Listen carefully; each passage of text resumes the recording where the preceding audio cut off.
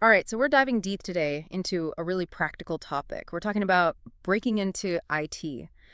We've got a ton of resources specifically for people who are just starting out, freshers. Yeah. And we're going to try to break it all down. Like, what are the steps to actually landing that first job? Yeah, and I think one thing that's really clear from all these guides is just how many options there are in IT. We've got stuff on software development, cybersecurity, data science, cloud computing, DevOps. It's like, wow, there really is something for everyone. It's a lot, right? So, like, where do you even start? Well, the first thing all these guides emphasize is figuring out what you're even interested in, what gets you excited. Like, are you someone who likes building things, solving problems, being creative? Because if so, software development might be a good fit. You'd be writing code, building applications, that kind of thing. Right. And on the other hand, maybe you're more into like the security side of things, puzzles, strategy, keeping systems safe from attacks. In that case, cybersecurity could be your thing.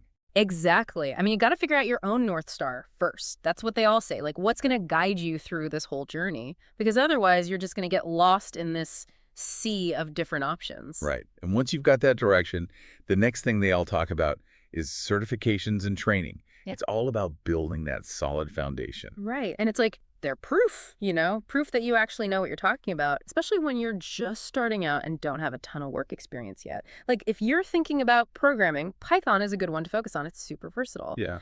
Or Java, which is huge in the enterprise world. Yeah, those are both solid choices. Uh, And for cloud computing, AWS Certified Solutions Architect is a big one. It shows you can design and deploy systems on Amazon's cloud. Or Azure Fundamentals for Microsoft Azure. mm-hmm. And cybersecurity, CompTIA Security Plus is like the gold standard for entry level. And then for data science, there's the IBM Data Science Professional Certificate. Gives you a good grounding in all the key concepts. Even in DevOps, they talk a lot about tools like Docker and Kubernetes, plus certifications like AWS DevOps Engineer. It's interesting, right? Like, no matter which path you choose, there are these specific certifications that signal to employers, hey, I'm ready. But, and this is a big but, all the guides are super clear about this. Certifications are only part of the story. You need actual hands-on experience. Absolutely. You got to build stuff, get your hands dirty. Like they all say, build personal projects, put them on GitHub so people can see your work. Yeah, and contributing to open source projects is huge. You get to work with real code, collaborate with other developers, learn from the best. Plus, there are hackathons and coding challenges, websites like LeetCode, HackerRank, Code Wars. It's all about proving you can actually apply the knowledge, not just that you've passed a test. Like, can you solve problems? Can you adapt to new situations?